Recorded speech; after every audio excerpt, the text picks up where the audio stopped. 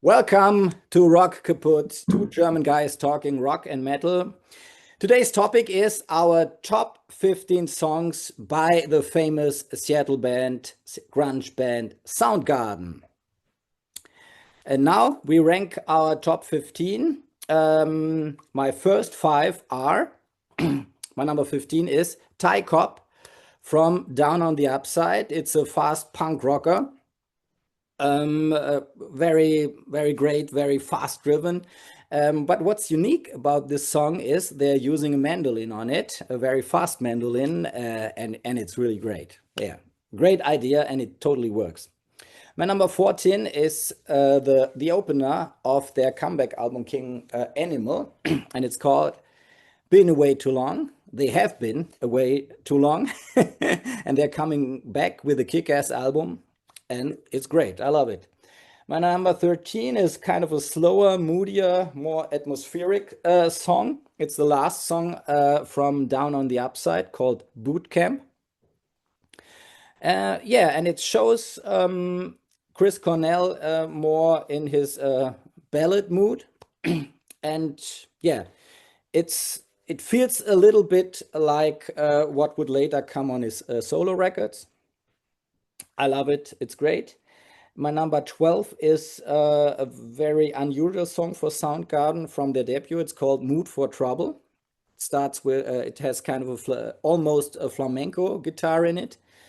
Yeah, and a great vocal melody. I love it. And my number 11 is an epic song from Louder Than Love called Loud Love. And it's really great. It's really great riff, great melody, and yeah, I could listen to this all over again. Your Cool. first five. Yeah. So when I made my top 15 ranking, the I wondered about how clustered it is. So you will see that that their debut album is not included at all because I think they developed in a straight line, getting better and better. So that is kind of represented in my ranking. So I'm going to start with number 15, which is the second song on their sophomore album, Louder Than Love, and it's called Hands All Over. And the next one is also from Louder Than Love, and it's the third song. You mentioned it, it's Loud Love, and I think those two songs perfectly encapsulate Soundgarden at that point in time, 1990. Just Chris Cornell wailing at the top of his lungs, and Kim Thayil with his monstrous Black Sabbath inspired grooves underneath. Yeah, just two great songs. My number 13 is from Bad Motorfinger. I think it's the third or fourth song on it. It's Slaves and Bulldozers. Another great song, and I continue with Bad Motorfinger. One of the hits of that album. The video clip was in heavy rotation back in the day. It's Rusty Cage, famously covered later on by Johnny Cage. Just a cool song with Chris Cornell singing his ass off, as we know of him. And my number 11 is also from Bad Motorfinger, is Searching with My Good Eye Closed. Yeah, a bit slower, not that crushing, but still very cool, bit doomy song. Okay. So my number 10 is the title track from Super Unknown. Yeah, I think it's really amazing. I mean, many Soundgarden songs showcase all of the four members with prominent essential parts of the song. But I think Super Unknown especially, I mean, also we don't mention Ben Shepherd, the bass player at this time, very often, but he's really amazing. He comes up with great distinctive parts that are essential parts of the songs. And I mean, Matt Cameron with his weird grooves. And this song shows how they can work together. and it so in this song it totally works. It's complicated and easy to listen at the same time, and it's such a great song. My number 9 is Jesus Christ Pose. I think lyrically it is maybe one of their most important songs. Chris Cornell is criticizing the rock star pose, like the Robert Plant of the 70s. And at the same time, he's personifying it to show up without a shirt on stage, like a rock god. And yeah, it's kind of ironic and great at the same time. Yeah, perfect song. The next one is also from Bad Motorfinger. It's Rusty Cage, later covered by Johnny Cash, of course. But I still prefer the Soundgarden version. Yeah, yeah. I just mentioned the bass. It's really great on this one. How it is also prominent in the mix. So you have to listen to this on a good stereo to really appreciate the production of Superunknown and also of Bad Motorfinger. Both sound great in my opinion. My number 7 is a more poppier song. It's Pretty News from Down on the Upside. Love this album, love this song. It's the opener, and they yeah, they came back with a bang. They really delivered something after their big mega seller Superunknown. They came back with this single, and it really was amazing because as melodic as possible and still rocking kind of heavy enough. My number 6 is a song from their first EP, Screaming Live, and it's called Hunted Down. I think this is by far the best track from their very early period, and yeah, it was great. You can easily see why they were appreciated by the rock and metal world so early, because they had great songwriting, they were experimental, they had a great frontman, a great guitar player, a great drummer, and of course Hero, a great bass player. Because so they were really each of them was extraordinary on their instruments, and certainly some of the best musicians around Seattle, and it shows on this song. Hunted Down is really great after all these years, and it is my number 6. Okay. So my number 10 is Jesus Christ Pose from Bad Motorfinger. I remember how I was completely overwhelmed by the song when I think before I listened to the LP, a friend of mine bought the LP, and I think before that I'd seen the video, and it has this very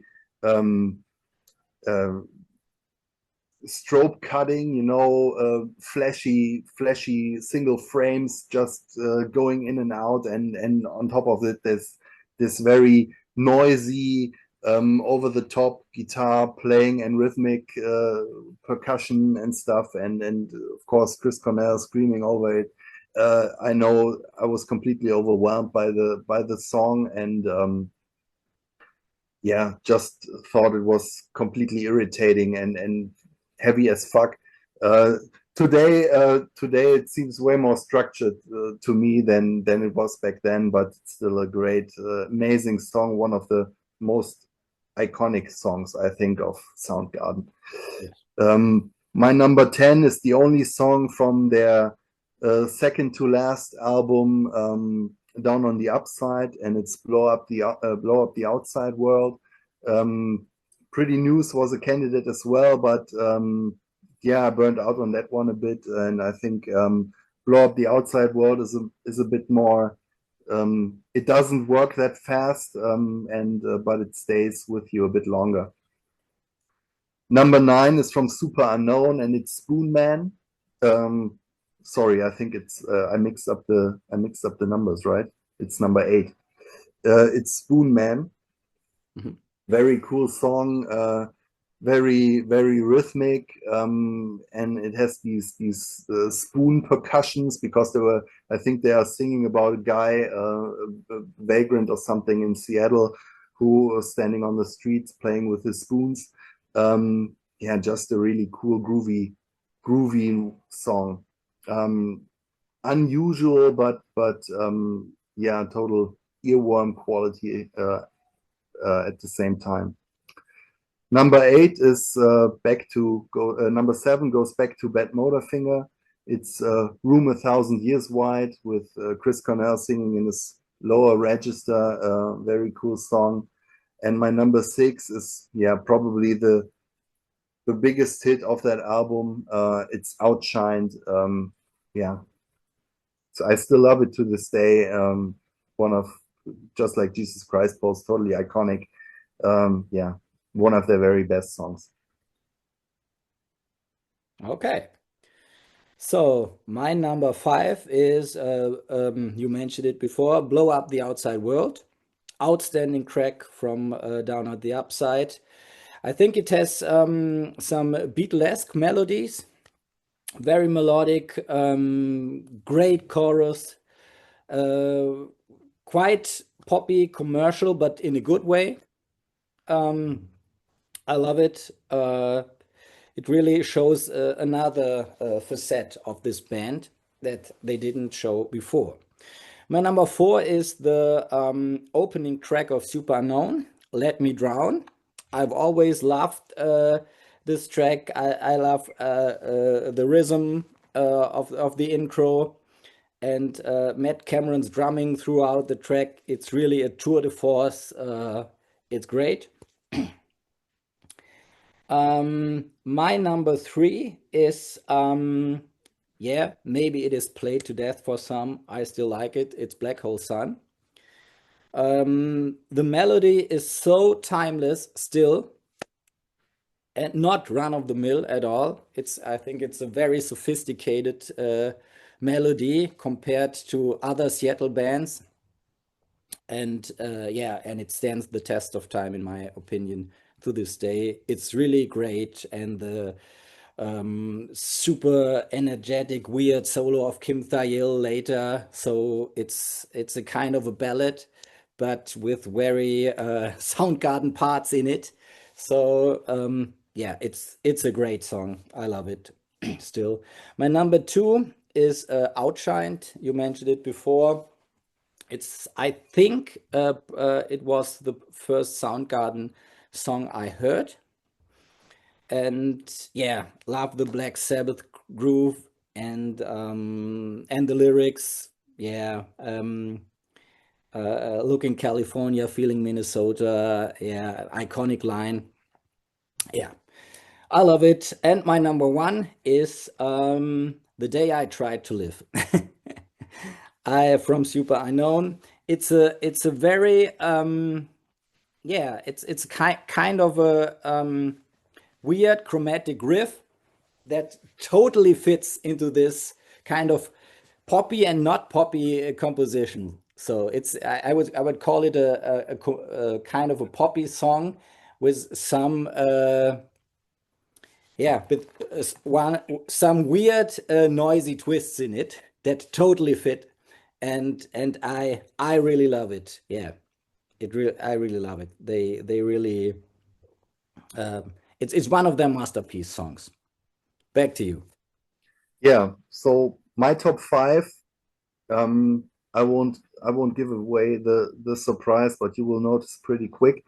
Number 5 is a song when I took out the CD of Super Unknown. I hadn't listened to it for quite a while, and I couldn't place the song titles, although I have listened to this CD lots of times back in the day.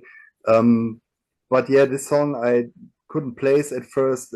When I heard it, it immediately came back, and it came out on number 5. It's My Wave. It's the second song of the album.